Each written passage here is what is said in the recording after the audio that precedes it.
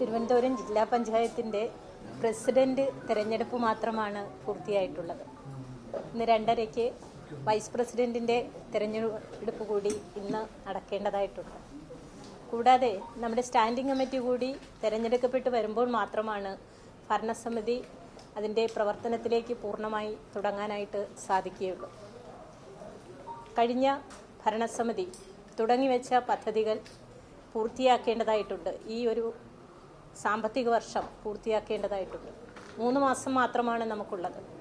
പ്രഥമ പരിഗണന ഈ പദ്ധതികളെ തുടങ്ങിവെച്ച പദ്ധതികളെ പൂർത്തിയാക്കുക എന്നുള്ളതിലായിരിക്കും പുതിയ പ്രഥമമായിട്ടുള്ള പരിഗണന.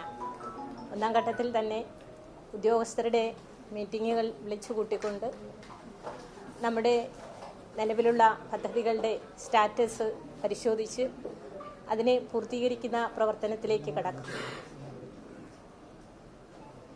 ഗവൺമെൻറ്റിൻ്റെ നിർദ്ദേശപ്രകാരം ജില്ലാ പഞ്ചായത്തിൻ്റെ ജില്ലയുടെ ആകെ പദ്ധതി രൂപരേഖ തയ്യാറാക്കി വരികയാണ്. ഓരോ പ്രദേശത്തിൻ്റെയും ആവശ്യകതകളെ മനസ്സിലാക്കിക്കൊണ്ടുള്ള ഒരു പദ്ധതി രേഖ ആസൂത്രണ സമിതിയുടെ നേതൃത്വത്തിൽ പൂർത്തിയായി വരികയാണ്. അത് പൂർത്തിയായി വരുമ്പോൾ ഓരോ പ്രദേശത്തിനും ആവശ്യമായ പരിഗണന കൃത്യമായി വികസന പ്രവർത്തനങ്ങൾ കൃത്യമായി വിലയിരുത്തിക്കൊണ്ട് ഓരോ ഘടകത്തിലേക്കും ആവശ്യമായ പ്രോജക്റ്റുകൾ തയ്യാറാക്കിക്കൊണ്ട് ഭാവിയിൽ മുന്നോട്ട് പോകണമെന്നാണ് ആഗ്രഹിക്കുന്നത്. മാത്രമല്ല, തിരുവനന്തപുരം ജില്ലാ പഞ്ചായത്ത് നമ്മുടെ പഞ്ചായത്ത് രാജ് തിരുവനന്തപുരമല്ല, കേരളത്തിലെ ഇന്ത്യയിലെ ആകെ തദ്ദേശ സ്വയംഭരണ സ്ഥാപനങ്ങളിൽ പഞ്ചായത്ത് രാജ് അനുശാസിക്കുന്ന തരത്തിൽ തന്നെ ഒരു ഭരണഘടനാ സ്ഥാപനമായ ആസൂത്രണ സമിതിയുടെ കൂടി ചെയർപേഴ്സൺ ജില്ലാ പഞ്ചായത്ത് പ്രസിഡന്റാണ്.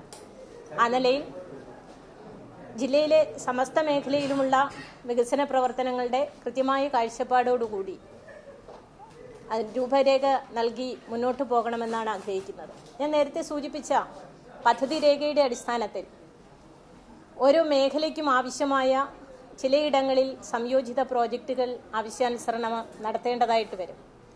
അതൊക്കെ തന്നെ ജനപ്രതിനിധികളും പല മേഖലയിലുമുള്ള വിദഗ്ധരുമായി കൂടിയാലോചിച്ചുകൊണ്ട് പ്രോജക്റ്റുകൾ തയ്യാറാക്കി നടപ്പിലാക്കണമെന്നാണ് ആഗ്രഹിക്കുന്നത്.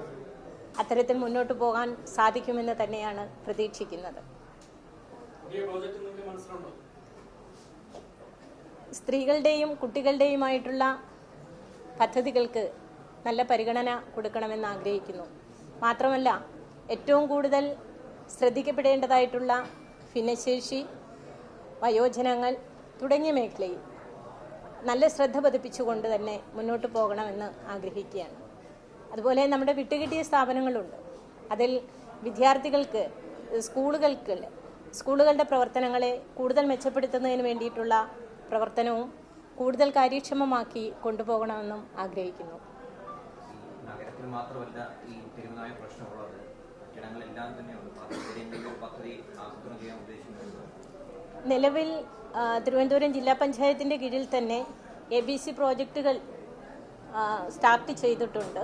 അതിനെ കൂടുതൽ പ്രവർത്തന പദ്ധതിയിലേക്ക് കൊണ്ടുവരേണ്ടതായിട്ടുണ്ട്. അത് നോക്കി കണ്ട് ചെയ്യാനാണ് ഉദ്ദേശിക്കുന്നത്.